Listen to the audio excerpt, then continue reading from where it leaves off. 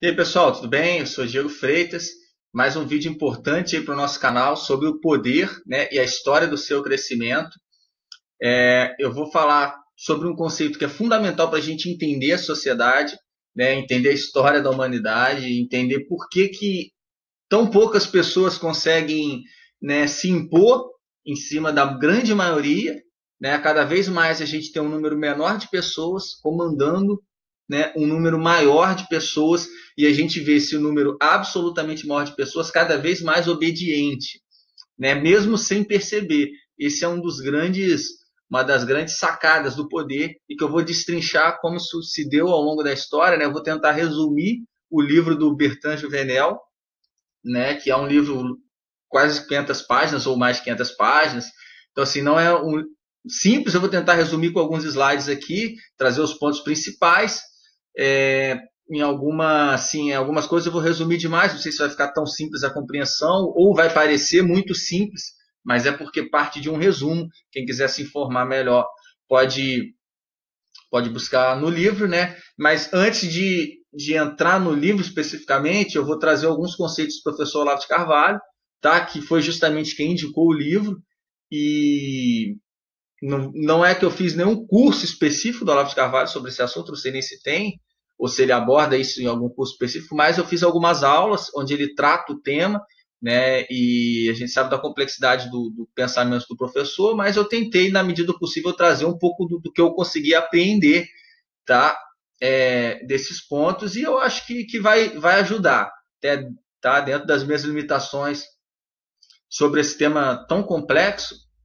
Eu acho que quem assistiu o vídeo até o final vai conseguir entender, né, como esse fenômeno se manifesta na nossa sociedade, né, as diversas formas, diversos meios de ação, enfim, alguns conceitos são fundamentais.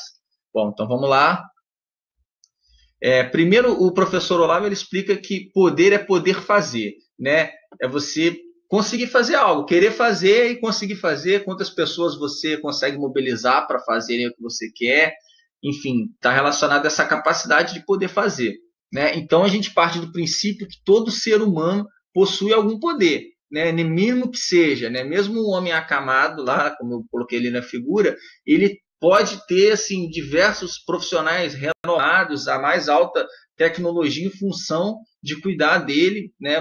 Por mais que ele esteja já no leito da morte ali. Então, quer dizer, isso é algum poder ele está manifestando, né? Pode ser um poder econômico, pode ser um poder intelectual, enfim, de alguma maneira ele tem esse poder, né? E usufrui disso. Assim como um faraó egípcio também possui algum poder, pode ser algum poder assim de ordem divina que instituiu ele, né, como o governante, pode ser pelos seus exércitos, né, o poder militar. Então, quer dizer, existem diversos meios de ação. Isso tudo eu vou explicar ao longo do vídeo, tá? Eu peço para você acompanhar. Pode ser um vídeo que não tem como fazer tão curto, né, mas eu acho que vale a pena você assistir. O poder, existe meios de ação, né? Como eu disse, você precisa desses meios. Pode ser um meio financeiro, pode ser um meio militar, um meio religioso, né? Então você precisa. Isso é essencial, tá? Isso em toda forma de poder a gente vai ver isso que eu vou apresentar aqui nesses primeiros slides.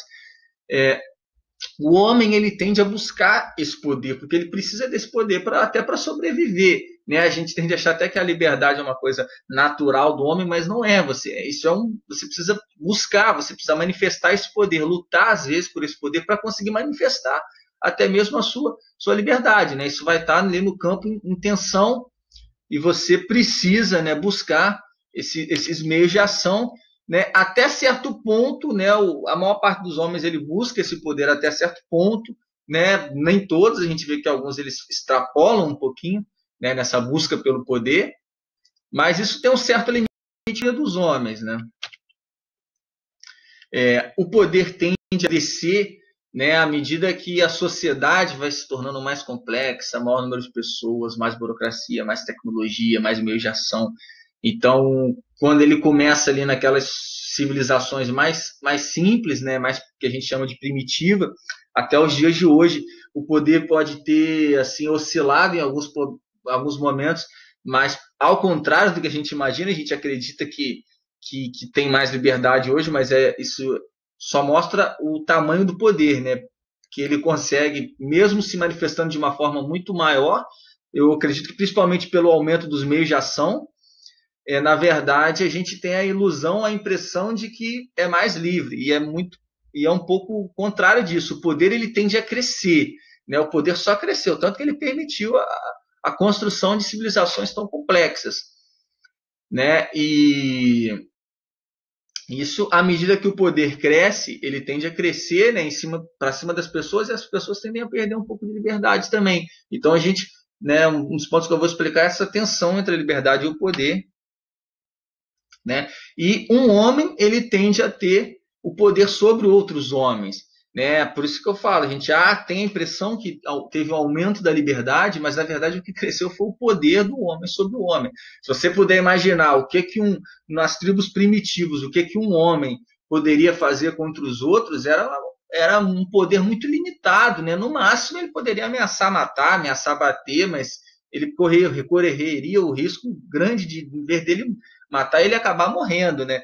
Se você compara hoje com os homens que têm o controle, né, das grandes nações, das grandes organizações, enfim, é um poder quase que absoluto, quase que de um deus, né? As pessoas nem sabem, a gente nem sabe quem de fato controla o mundo hoje.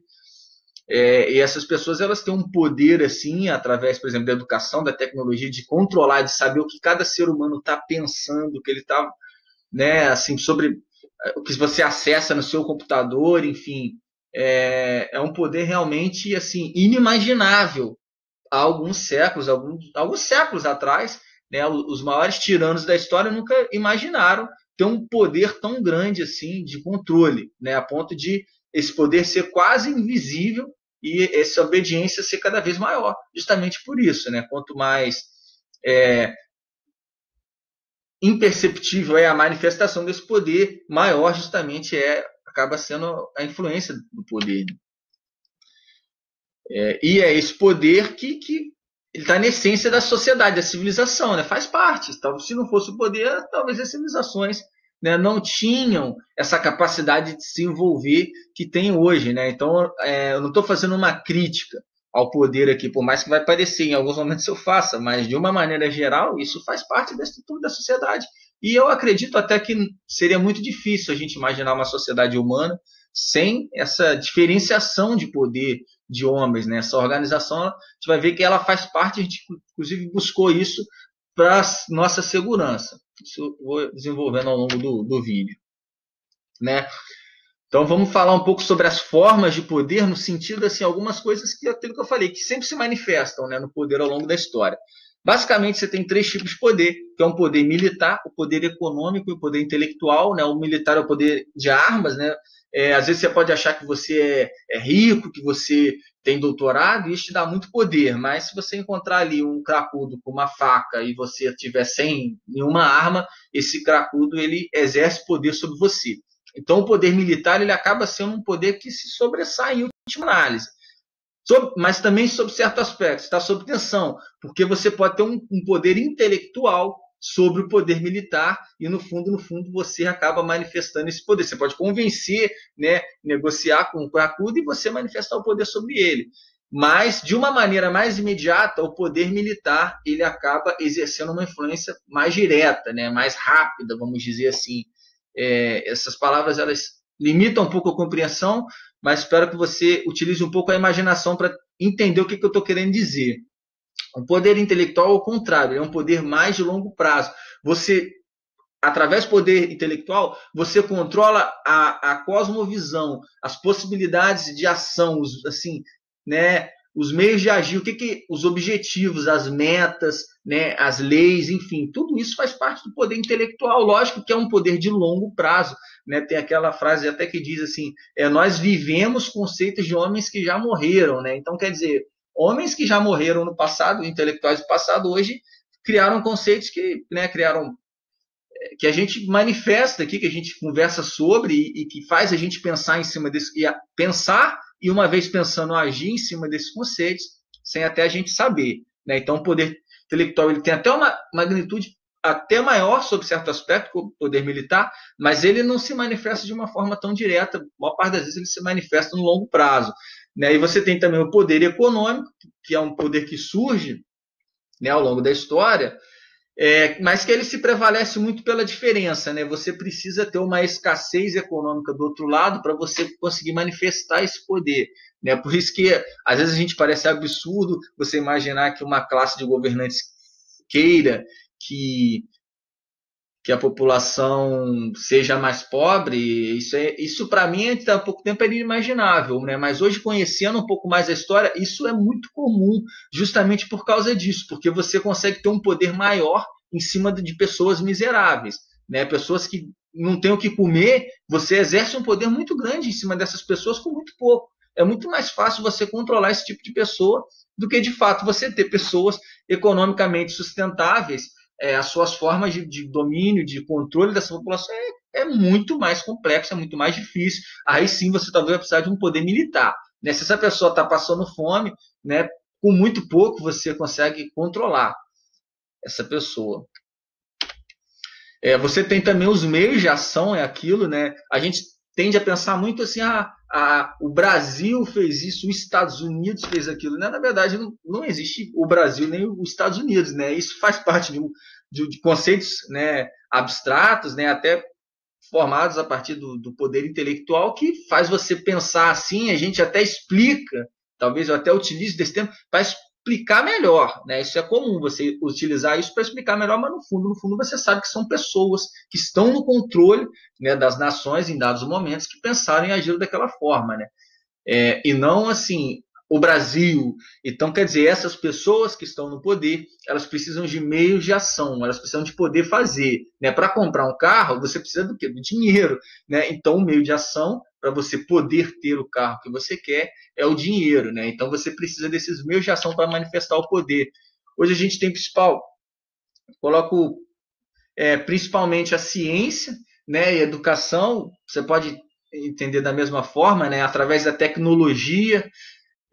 Então sai um artigo aí, aquilo tem um impacto na vida da pessoa assim muito grande, né, das pessoas hoje, né? Então assim, a ciência ela tem esse poder em cima das pessoas, né? Sem a gente saber necessariamente quem é o cientista, qual é o objetivo dele, para quem ele trabalha, quem sustentou aquela pesquisa, quem vai ganhar com aquilo. Ninguém pensa muito nisso, né? A gente pensa que o cientista saiu agora na ciência, então isso é um grande meio de ação, né? Na educação também, nas escolas, você bota o seu filho lá numa escola pública, né? Você acha que assim, a gente acaba sendo ingênuo nessa história, né? Porque se você coloca a escola, seu filho numa escola pública ou particular que seja, mas enfim, mas alguém ali vai ter interesse que seu filho seja educado de forma X ou de forma Y, né? Por exemplo, o nazismo utilizou muito disso. As crianças aprendiam esse nacionalismo, essa defender o Estado, né, defender as questões até genéticas ali daquele povo. Enfim, isso o nazismo utilizou muito disso, e é ingenuidade a gente achar que hoje, né, quem está no poder, quem quer que seja, não defende, né? Tanto que não se utiliza das ferramentas.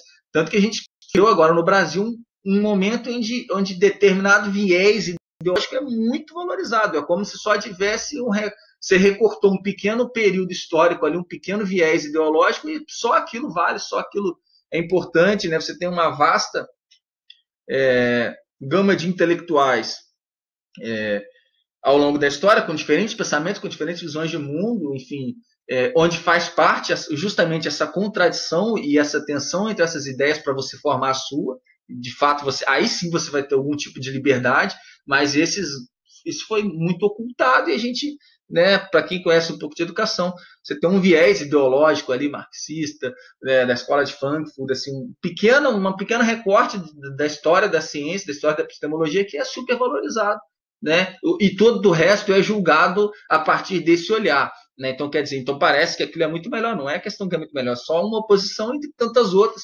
Num regime mais liberal, liberal não no sentido político, tá? Mas de mais liberdade na educação, você compararia e poderia adotar diferentes visões, né? Mas hoje a gente tem essa visão muito valorizada, né? Por exemplo, na tecnologia também, a própria a televisão, né, o computador, o YouTube, o Facebook, o Instagram, isso tem ficado muito claro, né? Os donos ou quem comanda essas redes, elas têm preferências por determinadas ideologias políticas, e elas fazem o possível para brecar o desenvolvimento de algumas de algumas dessas ideologias, né, e favorecer a outras, lógico, com interesse, né, uma simbiose ali de manutenção do poder. A própria televisão que está na sua casa, a gente vê claramente a manipulação de informação. Não quer dizer nem sempre que é mentira, mas ele pode contar um lado da história, pode contar o outro lado. Tem 10 informações, ele seleciona uma, justamente aquela que vai atender os próprios objetivos, né? Então, é um meio de ação que às vezes a gente não percebe que está agindo, a ponto de tornar as pessoas totalmente alienadas e totalmente obedientes ao poder, né? E isso está muito, assim, claro na nossa sociedade hoje. Né? Isso se manifesta também na mídia, da propaganda, da cultura, da arte, na música, né? Depois que você começa a estudar um pouco mais, você começa a ver que, assim, hoje eu olho as músicas, assim, mesmo de décadas atrás, eu vejo, já estava tudo lá, né? Toda essa ideologia super valorizada, essas coisas super colocadas na mídia, hoje já estava nas músicas, já estava nos filmes, né? Já estava nos livros, então, enfim, são formas de controle que você não percebe que está sendo controlado. Tem também o poder judiciário, né? Que cria as leis, né? Você não pode mais carro número par sair segunda-feira, né? Então, quer dizer, é um poder grande que se exerce sobre você também, inclusive de te tirar o seu poder, né? Como desarmamento.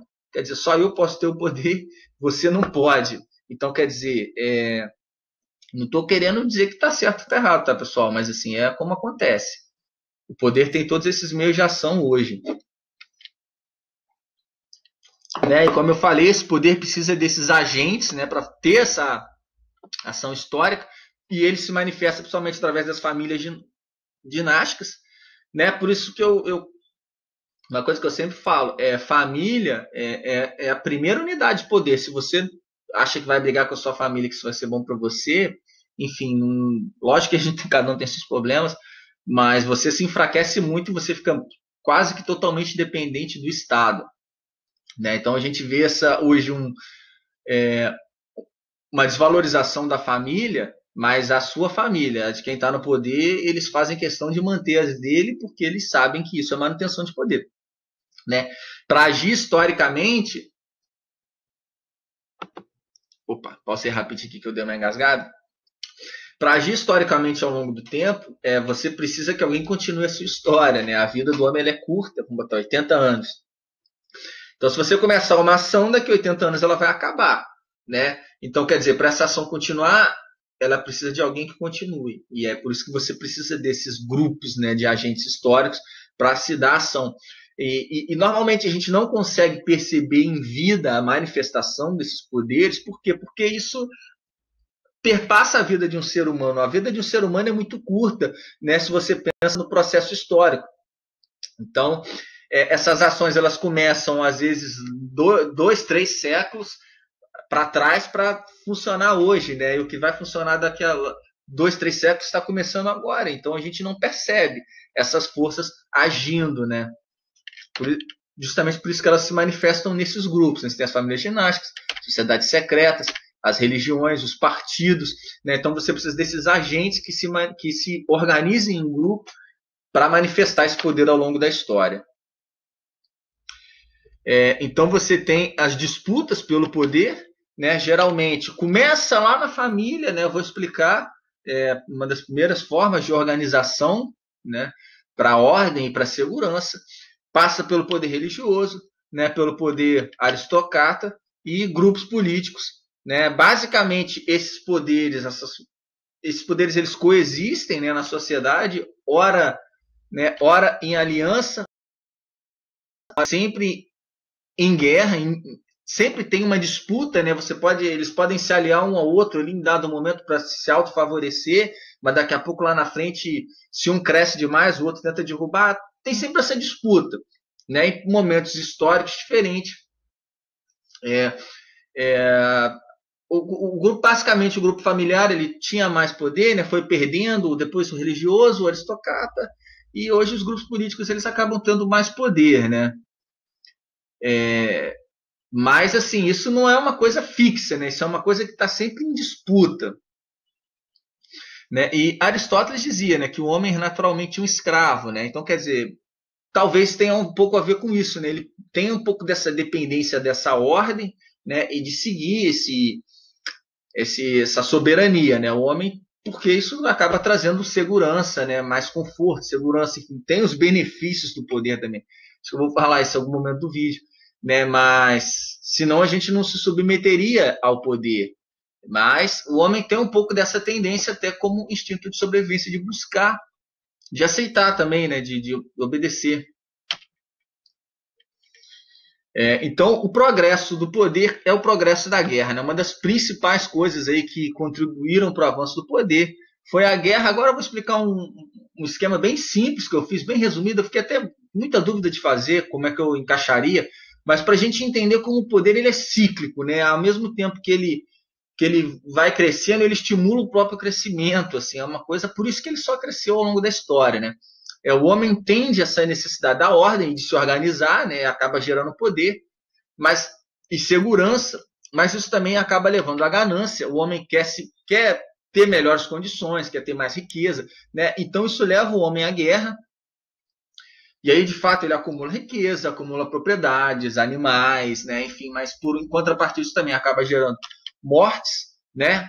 Então, a própria guerra, ao mesmo tempo que ela gera riqueza, ela gera também uma insegurança, porque você também pode ser atacado, né? Então, é importante você começar a se desenvolver como organização, né? Como sociedade. Eu coloco aqui aparato estatal, é um termo mais recente, mas o respectivo para as sociedades primitivas, né? Você precisa de uma organização, de uma hierarquia, e precisa que isso funcione, que as pessoas obedeçam, né? Isso acaba gerando, isso jamais, num segundo momento da história, né, gerando impostos, né, você passa a ter mais direitos, mas, em compensação, você vai tendo menos liberdades. Né? O poder ele vai crescendo e ele vai tomando, justamente para a sua segurança, ele vai tomando posse das suas escolhas, ele vai te dando mais conforto, mais segurança, mas ele vai entrando na seara das suas, né, escolhas individuais, né, justamente para gerar mais segurança, e é um ciclo, né, e à medida que isso cresce, à medida que você tem mais impostos, né, há poucos séculos atrás, assim, não muito distante, assim, o Estado não tinha um exército fixo, justamente porque não tinha a menor condição de pagar, né, era uma coisa inimaginável você tirar esse dinheiro da população e pagar um exército. Para a gente ter uma noção desse crescimento, né? Hoje é uma coisa absolutamente comum, normal, né? Você dá ali 30%, 20%, 40%, 60% de imposto para o Estado, né? É normal, né? E ele consegue criar um aparato monstruoso, né? Não só militar, mas como mídia, em quantidade que o Estado investe em mídia, educação, e que a gente manda nossos filhos para lá com 2, 3 anos de idade, confiando no Estado, e ele acaba criando um mecanismo que ele só se favorece, né? Ele não vai ao seu filho e vai dizer para ele não obedecer ao Estado, né, na escola desde pequeno. Ele vai favorecer ali as ideologias que favorecem um poder cada vez maior, né, um exército cada vez maior, cada vez mais tecnologia, a própria mídia também. Ele não vai favorecer mídias que falem mal, pelo contrário, ele vai preferir bancar aquelas que falem bem. Então, quer dizer, você gera um ciclo, né? A própria guerra, você está o tempo todo ameaçado, então para sua segurança você precisa fortalecer o Estado. É um ciclo de, assim, que não é aquilo, eu não estou falando mal, é meio que natural, né?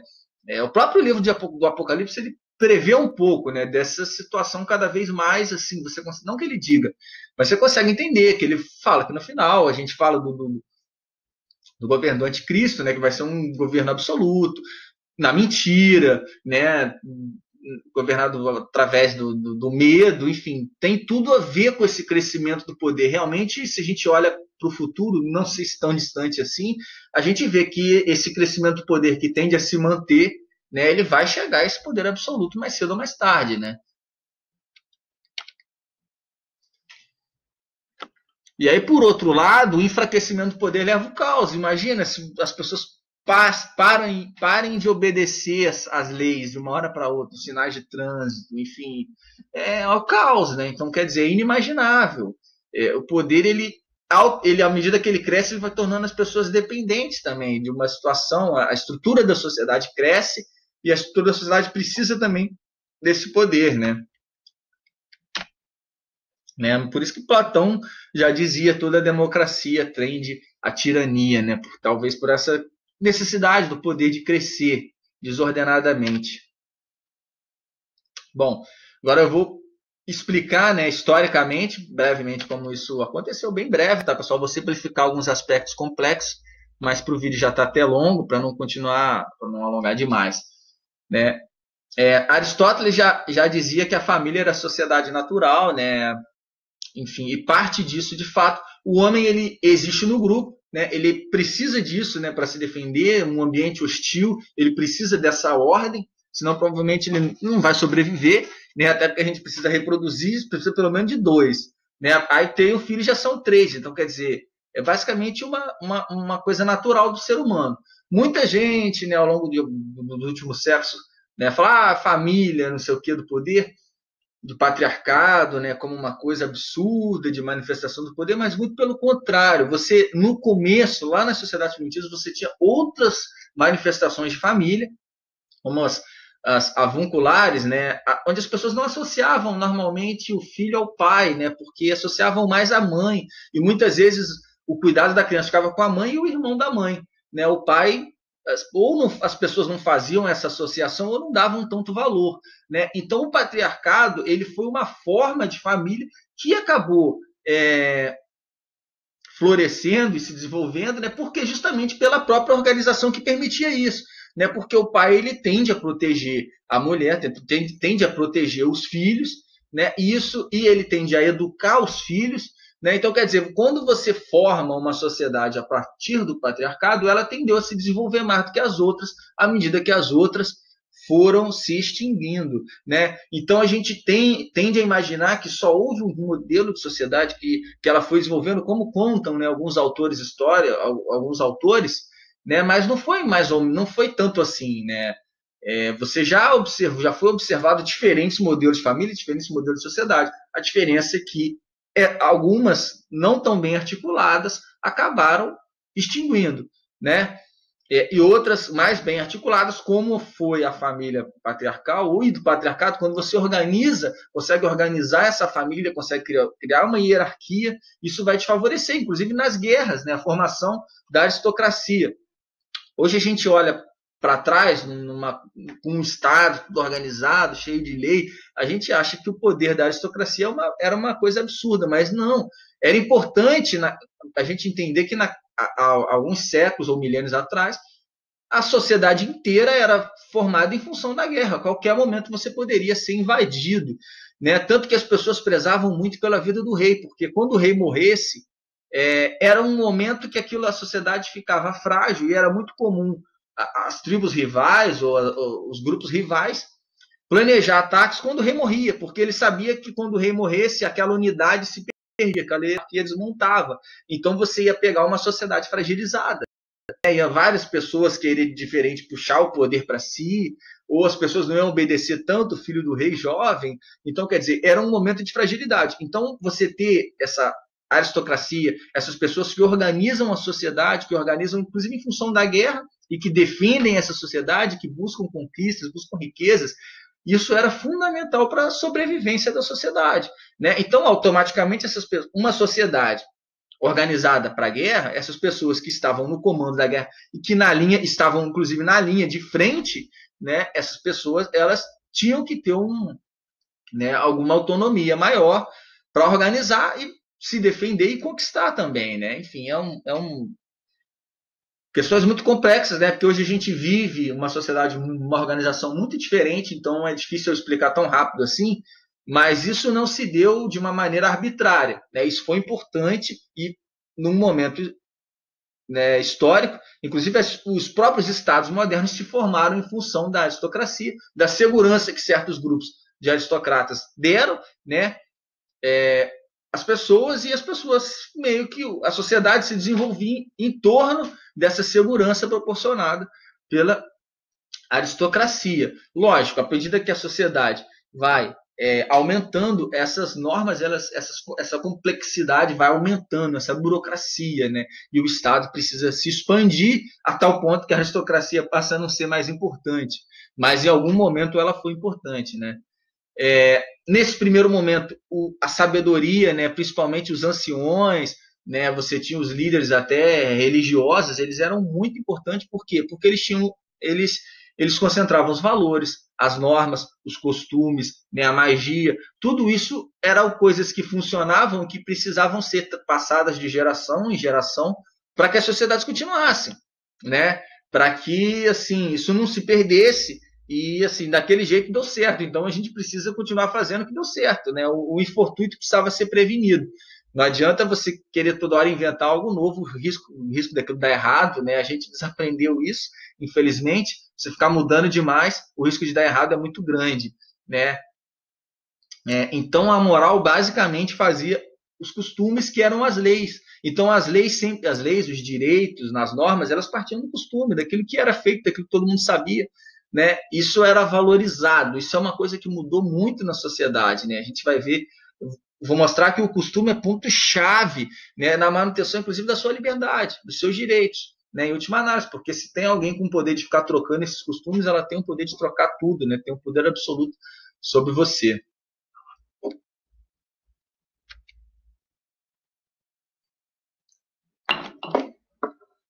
Então, a partir daí a gente percebe algumas coisas comuns no poder, né? Uma maioria que obedece uma minoria, né? No início isso é importante para a manutenção da ordem, no segundo momento isso se torna um hábito, né? A ponto de ninguém mais questionar e ninguém nem perceber que está obedecendo.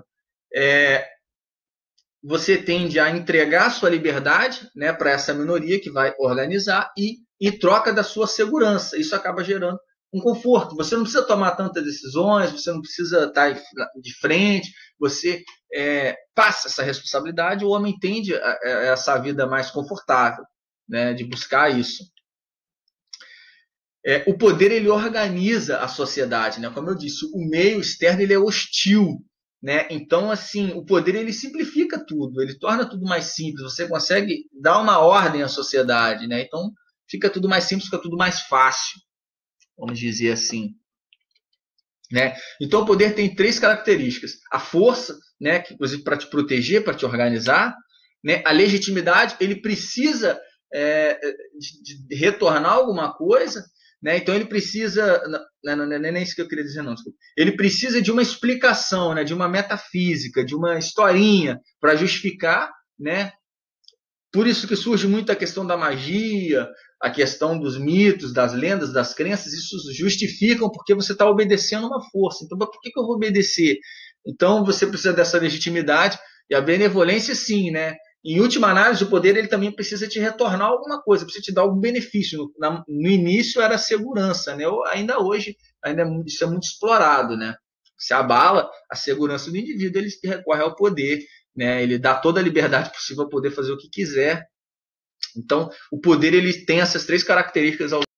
Isso faz parte, né, do poder. Então, aqui também a gente tem, né, eu vou falar na metafísica do poder, né, que é a cosmovisão, a legitimação, poder moderador, sustentação, de diferentes assim, momentos históricos, né? A gente tem um primeiro, que é o momento medieval, onde a gente tinha as leis divinas, elas legitimavam o poder, né? Você tem que cumprir as leis divinas, porque, né, era isso que ordenava a sociedade. A igreja era um poder moderador, você tinha o poder humano, né? Mas a igreja ela tinha também um poder maior de controlar, de contrabalancear. Sempre que você tem na história um poder soberano, ele abusa demais. Então a gente acha. É porque a gente vê uma propaganda tão contrária contra a igreja que a gente não vê a importância da igreja, inclusive para manter os costumes e manter a moral, e não deixar o poder absoluto controlar os seus costumes e a sua moral, como faz hoje, né? Então a igreja tinha essa importância, né? E hoje não tem mais. E a sustentação era justamente nos costumes, né? Porque a igreja mantia, sustentava isso. E o poder, o rei, no caso, quando ele se disputava esse poder com a igreja, o rei estava sempre abaixo, né, das leis divinas, no caso. Deus estava acima, e os costumes preditos por Deus, e o rei estava abaixo, né? Porque o rei ele podia até enganar falando que estava fazendo a vontade divina sem estar fazendo, mas ele precisava desse subterfúgio da vontade divina, né? Então o rei estava abaixo, ele nunca poderia estar acima, né, da vontade divina. E uma coisa que se inverte no Estado moderno, né? se tenta tirar Deus da história, né, a igreja. Então a soberania passa a ser o povo, a vontade do povo, bem em geral, né? O poder moderador passa a ser o parlamento, né, que são homens, outro grupo, a chegar o momento que esse parlamento cresce tanto que ele praticamente assume o poder, igual a situação que a gente vive no Brasil hoje, né? A sustentação não é mais nos costumes, por quê? Porque você tem um aparato estatal gigantesco, onde inclusive você modifica esses costumes. Não tem mais um Deus vigiando. Quer dizer, eu acredito que tem, né? Eles acreditam que não tem mais, né? Então eles tentam apagar Deus da história e botam um aparato estatal, né? Criando esses costumes a todo momento. Esses costumes, na verdade, ficam muito à vontade do Estado, né? Com seu aparato. E ele se coloca agora acima, né? Do poder, porque acima dos costumes, inclusive, porque o poder dita, né? A educação, como eu disse, a ciência que vai dizer como você tem que se comportar, a mídia. Isso não é mais porque o seu pai disse que você fez assim. Isso que a gente tem uma impressão errada, né? A gente acha que fazer uma coisa que o nosso pai mandava não é liberdade, mas é isso que garante a sua liberdade. Você continuar fazendo o que você sempre fez e ter essa liberdade. Hoje é a ciência, é o Estado, é a educação, é a mídia que vai dizer, né, o que você deve fazer. E não mais assim a sua tradição, a sua família, os seus valores. Isso já não tem mais praticamente valor nenhum.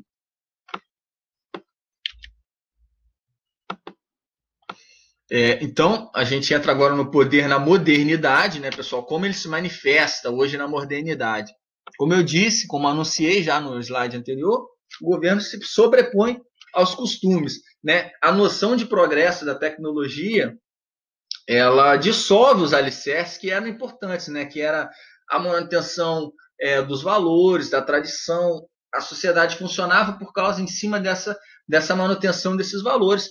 Com o progresso da tecnologia, da ciência, da medicina, essas coisas elas deixam de ser tão importantes assim, né? E se dissolvem, né? A ponto de o poder legislativo cresce e o próprio poder começa a dizer o que é legal e o que não é legal. No movimento contrário, né? Era para da moral você extrair as leis. Hoje é o contrário. Das leis você extrai a moral. Então, quer dizer,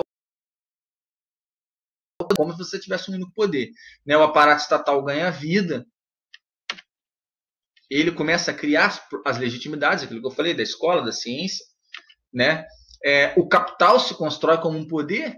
Né? O pessoal fala da burguesia tomando o lugar da aristocracia. Eu não sei se é bem assim. Esses grupos eles tendem a ser os mesmos, né? Mudam as características, mas tem alguns estudos que mostram que as famílias dinásticas, os reis, tendem a seguir a mesma árvore genealógica, né? Então, quer dizer, tende a ser os mesmos grupos, mas com características diferentes, né? Na verdade, o capital passa a ser o grande interesse em vez de um poderio militar, né? Propriamente dito. Em contrapartida, você cria um Estado sindical e filantrópico, né? As organizações operárias, as organizações trabalhadoras, né? Esse Estado que combate esse grande capital, esse grande poder, acaba surgindo também, né? Por aquilo que eu falei, o poder ele tende essas disputas elas nunca acabam totalmente, né? Por mais que o poder vai se ampliando, vão surgindo novos atores nesse cenário, né? Porém, o poder passa a ser dono de tudo. Só ele pode dar, né? Você começa a cobrar um imposto assim absurdo, né? Nessa época. E nos Estados Unidos, imagino que deve ser uns países que talvez não seja tão alto os impostos, né? Mas já na década de 30, né? Já era de 22%. Hoje, com certeza, está muito mais alto. Você vê que num curto espaço de tempo ali, quase quadruplicou, né? Em poucas décadas. E hoje provavelmente já aumentou absurdamente novamente. Então, cada vez mais o Estado é dono de tudo, só ele pode te dar as coisas, né? E cada vez mais a gente já achou isso tão natural que a gente acha que a gente só procura o Estado, né? E acha que só ele pode dar e concorda, não vê outra possibilidade. Esse é o ponto. A gente não vê mais a possibilidade da gente fazer, da gente se organizar. Né? Até a religião apela para o Estado para fazer leis que a defendam, né? Enquanto a religião sempre apelou para a moral, né?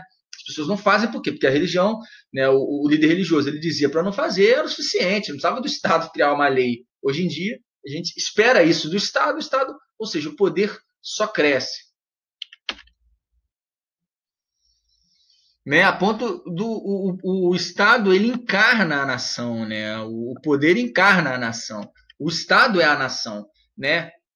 Do racionalismo ao autoritarismo, a gente foi achar que apagar a fé, apagar a religião, apagar Deus da história, as coisas iam, a gente ia se libertar, e foi justamente se libertando, porque é justamente o contrário, eram os costumes, era a moral que garantia a nossa liberdade. A hora que a gente destruiu a moral, destruiu os costumes, é aí que o poder autoritarismo foi absoluto. Os caras podem mandar em tudo, né? Se não tem verdade, se não tem o bom, se não tem o mal, se não tem o justo vai ser o que eu quero, já que eu tenho um exército na minha mão, já que eu tenho o Estado na minha mão, eu vou decidir agora o que é o justo, o que é o bom, o que é o belo, né? Até o belo eles decidem o que é o belo, né? É um poder absoluto de um Estado que tem meios de ação para isso, né? Como eu venho citando aqui. O seu querer passa a ser a vontade de todos, né? Aquilo que eu falei das leis guiar os comportamentos mais banais na sua vida, na sua casa, com seus filhos, com a sua esposa, né? Na sua família. É o Estado agora que vai dizer o que você pode ou não fazer, né? Nunca, isso era inimaginável para qualquer faraó egípcio, para qualquer imperador romano, ele nunca imaginou entrar dentro da casa de uma pessoa, né? A gente tem até proibições de palavras, como se o sentido não tivesse na frase, né, na intenção, o sentido está na palavra. Então ele proíbe palavras, proíbe você de pensar aquilo. Então até nos nossos pensamentos, né, o Estado hoje intervém. Quer dizer, é um controle quase que absoluto e que tem crescido, né? E aí a gente vê o surgimento da guerra total, né, no século passado. Isso, e na guerra total, assim, o poder de lá para cá cresceu, né? Mas na guerra total o poder já dispunha de tudo, né? Das fábricas, então quer dizer, começou a faltar mão de obra nas fábricas, a mulher acha que se libertou porque foi importante para o poder quis que a mulher fosse para as fábricas, né? Inclusive a propaganda e tudo mais, né? Então a mulher vai para a fábrica feliz achando que está se libertando, mas no fundo está favorecendo o poder. Não estou dizendo que isso é ruim, tá, pessoal? Mas sendo bom ou sendo ruim não importa, o poder vai fazer o que é importante para ele crescer. Em alguns aspectos é até bom. Muitas vezes o poder ajuda, mas não é esse o objetivo. O objetivo, até quando ele ajuda, é o próprio crescimento, né? E hoje a gente vive já, que a gente viveu na Guerra Fria, né? Mesmo em períodos de paz, você precisa acompanhar o outro, porque senão ele começa a exercer poder sobre você. Você vê esses tiranos, né? Numa guerra, mesmo na paz, uma guerra desenfreada para a produção de armamentos, de tecnologia, de estrada. Mesmo você construindo uma estrada, uma plantação, qualquer coisa que seja, se não é para a guerra diretamente, é para alimentar em algum momento a possível guerra, né? E a gente tem também as utopias intelectuais que alimentam o poder, né? Que é o fim das liberdades pela ordem. Você deve, gentilmente, né, para o bem de todos, entregar todas as suas opções, toda a sua liberdade, toda a sua escolha nas mãos do poder, porque o poder sabe o que faz. É para a sua segurança, é para a ordem, é para o bem de todos. Esse todos quer dizer o próprio poder, o próprio tirano que está lá em cima, né? Ele encarna o bem de todos. O bem dele é o bem de todos, né? Não pode mais ter nem, como se diz, uma contraposição, né? Não pode ter uma posição contrária, porque uma posição contrária faz mal. Então tem que ser só essa daqui, e isso é para o bem de todos, e quem sabe disso sou eu, né? No caso o tirano alega isso, e os intelectuais que alimentam isso, né? Numa simbiose também, à medida que eles ganham prestígio, né? E uma simbiose da intelectualidade com o próprio Estado, onde um fortalece o outro, né? E é o que eu falei do poder da intelectualidade, da cosmovisão, né, do intelectual, que faz as pessoas acreditarem numa coisa que é justamente o contrário do que tá sendo pregado, mas as pessoas não conseguem ver, né, porque justamente elas foram dominadas por esse poder intelectual. Né? Aqui eu cito um exemplo, né? O que moveu muito dessas tiranias, né? Os ideais de igualdade e liberdade, mas as pessoas não conseguem mais perceber que isso é uma contradição lógica. Ou você vai ser livre, ou você vai ser igual. Se você for igual, né, você não vai ser livre, porque alguém vai ter que igualar. As pessoas não são iguais, isso é óbvio. né? Mas as pessoas acreditam em liberdade e igualdade imperando no mesmo momento. Isso é absolutamente impossível. Ou você vai ter liberdade, ou você vai ter igualdade. Se é contraditório, você vai precisar de, sob certo aspecto, liberdade, sob certo aspecto, igualdade. Alguém vai precisar moderar isso, né? Então, sob essa contradição, você tem um juiz, né? Você precisa de um árbitro, de um poder absoluto para controlar essa igualdade, para controlar essa liberdade, né? Então é isso aí, pessoal. Sempre para nossa segurança, o crescimento do poder, as próprias revoluções populares, teoricamente, servem ao poder. Por quê? Porque elas destroem os últimos obstáculos ao poder. Destrói a família, destrói a moral, destrói a religião, destrói os costumes, destrói os valores. É isso que sustentava a sociedade. Se não existe mais nada disso, é aquilo que eu falei, mostrei. Se não tem verdade, a verdade sou eu, né? Eu que tenho o poder, eu que vou dizer, né? Na cabeça dos tiranos.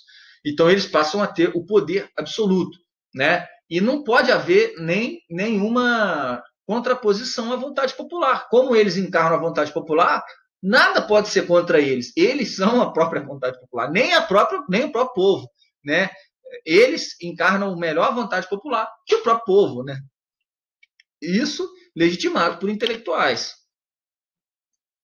Teoricamente, né, tratados como intelectuais. Isso aí é questionável. Não há moral, lei ou direito fora do Estado, né? Aquilo que eu falei, a gente pensa tudo no Estado hoje. Você não pode fazer mais uma coisa porque é imoral. Ou é legal ou não é legal. Ou o Estado permitiu ou o Estado não permitiu. Se o Estado permitiu, tudo que o Estado permitiu, eu posso fazer. Se o Estado não permitiu, eu não posso, né? Então, quer dizer, o Estado absorve a moral, né? E aí você vê promessas vazias, né? E as pessoas acreditando. Tudo que o Estado vai prometendo vai acontecendo justamente o contrário, né? Mas as pessoas já não percebem mais, né? A lei, e quem faz a lei é sempre justa. Se você está fazendo a lei, o próprio Estado faz a lei, ele é sempre justo, né? Lógico, é ele que está com a mão nas leis. E aí a gente consegue uma pseudo-segurança, uma pseudo-ordem, né, em troca de liberdade. Por quê? Por que pseudo, eu digo? Eu digo porque nunca, na história da humanidade, nunca ninguém matou tanto do que os próprios estados, né, os próprios regimes totalitários do século XX foram os que mais mataram na casa de 100, 200 milhões de pessoas, né, em períodos de paz. Mataram mais do que as grandes guerras. Então, por isso que é uma falsa ordem. Né? Por isso que eu falo que lembra muito o livro de Apocalipse. É uma falsa ordem, uma falsa ideia de segurança, uma falsa ideia de organização, uma falsa ideia de liberdade. Na verdade, você tem liberdade para pensar exatamente igual e para obedecer. Se você não obedecer, você não tem liberdade. Você paga com a sua vida. Que liberdade é essa, né? Então, quer dizer, a uniformidade, todo mundo pensar do mesmo jeito, todo mundo ser a mesma coisa, é justamente o fim da liberdade. E é justamente isso que favorece o governo a ter um controle cada vez maior de você. É muito mais fácil você controlar um monte de ovelha, né? Tudo igual, tudo pensa da mesma coisa, tudo come a mesma coisa, tudo quer a mesma coisa, que você controlar pessoas diferentes, né? Então, a anonimidade é o fim da liberdade, né? E para o bem geral e para a sua segurança, né? O interesse pessoal deve ser sacrificado para o bem geral. Essa é o lema do poder, né?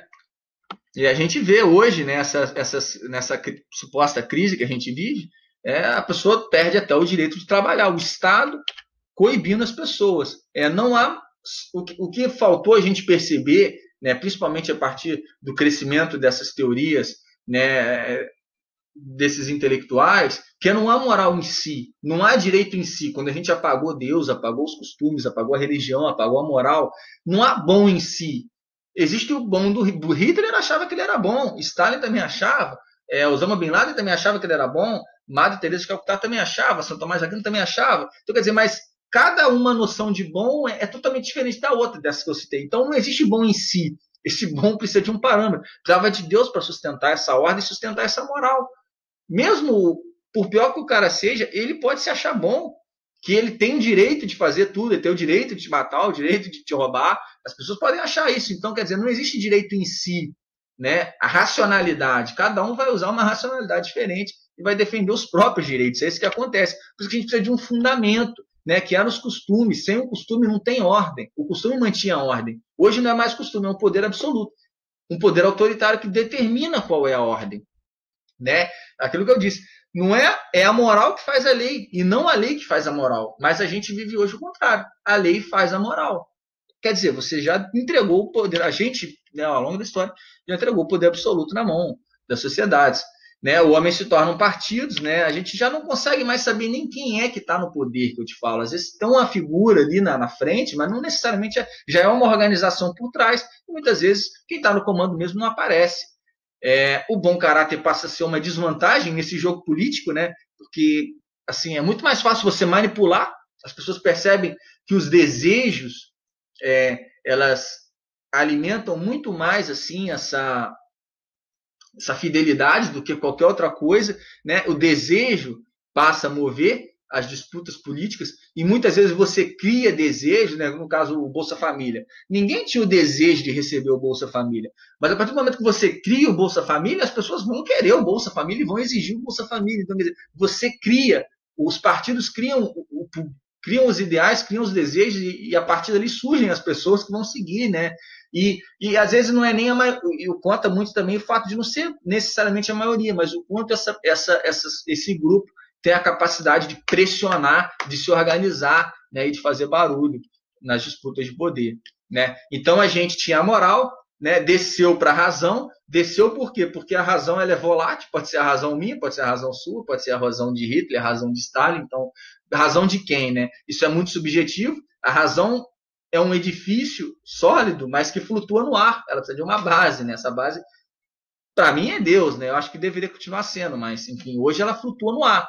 E hoje, da razão, a gente pula para as paixões. Quem comanda tudo não é mais a paixão, são os desejos. Os desejos ditam, né? Os desejos, inclusive os desejos sexuais, são os que ditam a moral hoje da sociedade, que segue.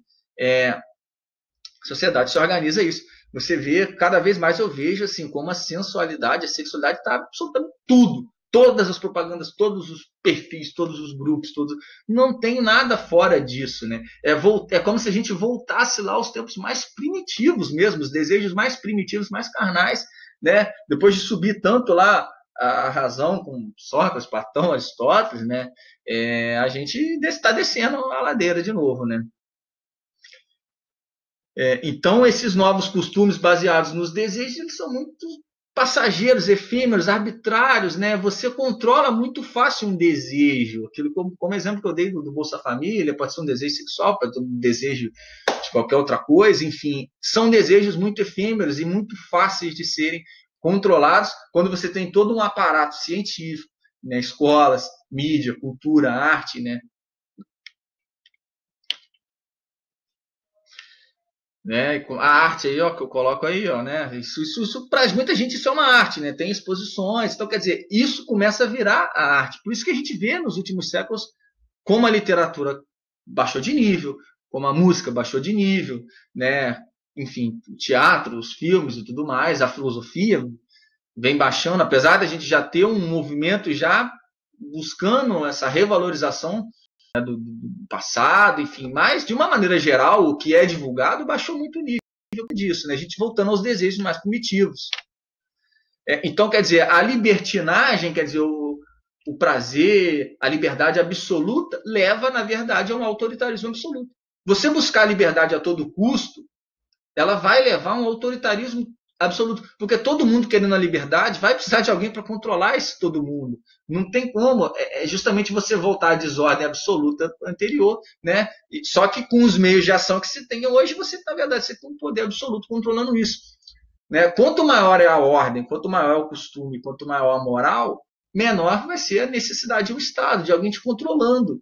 Quanto menos as pessoas obedecem esses princípios, mais o Estado precisa intervir. É por isso que eles destroem, inclusive, a tua família. Eles querem destruir, porque o Estado vai entrando e vai rasgando, né, os outros, a religião, a crença em Deus, os valores, a família, a cultura, a arte. Ele vai entrando e vai dominando e vai tomando posse. É assim que é um processo, né? O poder vai de mediador a juiz, por quê? Porque antes ele era um mediador. Quando tinha um conflito, ele mediava. Assim funcionava o rei, né? Hoje não. Hoje é ele que diz o que você tem que fazer. A partir das dissoluções dessas bases, da moral, da família, né, com o avanço da tecnologia, da burocratização, dos meios de ação, ele passa a dizer o que tem que ser feito e não mediar os conflitos. É um poder muito maior, né? a liberdade sempre exigiu esforço, né? A gente, é aquilo que eu falei, a gente não é livre por natureza, pelo contrário, você tem que buscar essa liberdade e você tem que tentar se organizar para isso, né? Se abster do combate é submeter ao poder, sem costume, sem moral, não há liberdade, você fica na mão do poder, né? Não pode se apoiar apenas no poder, né? O poder acaba sendo um poder absoluto. Você precisa de toda essa moral, né? Na verdade, a sociedade ela se organiza na moral e o poder é um complemento que ajuda na organização quando há o conflito e não o contrário. Beleza, pessoal? Então, como eu disse, me alonguei um pouco. O assunto é complexo, o assunto é difícil. Talvez eu não falei tudo, talvez alguma coisa não ficou bem explicada. Eu vou pedir para você compartilhar com seus amigos se você gostou, né, do conteúdo, curtir também, comentar, sugerir novos temas. E é isso aí, galera. Um abraço, até a próxima.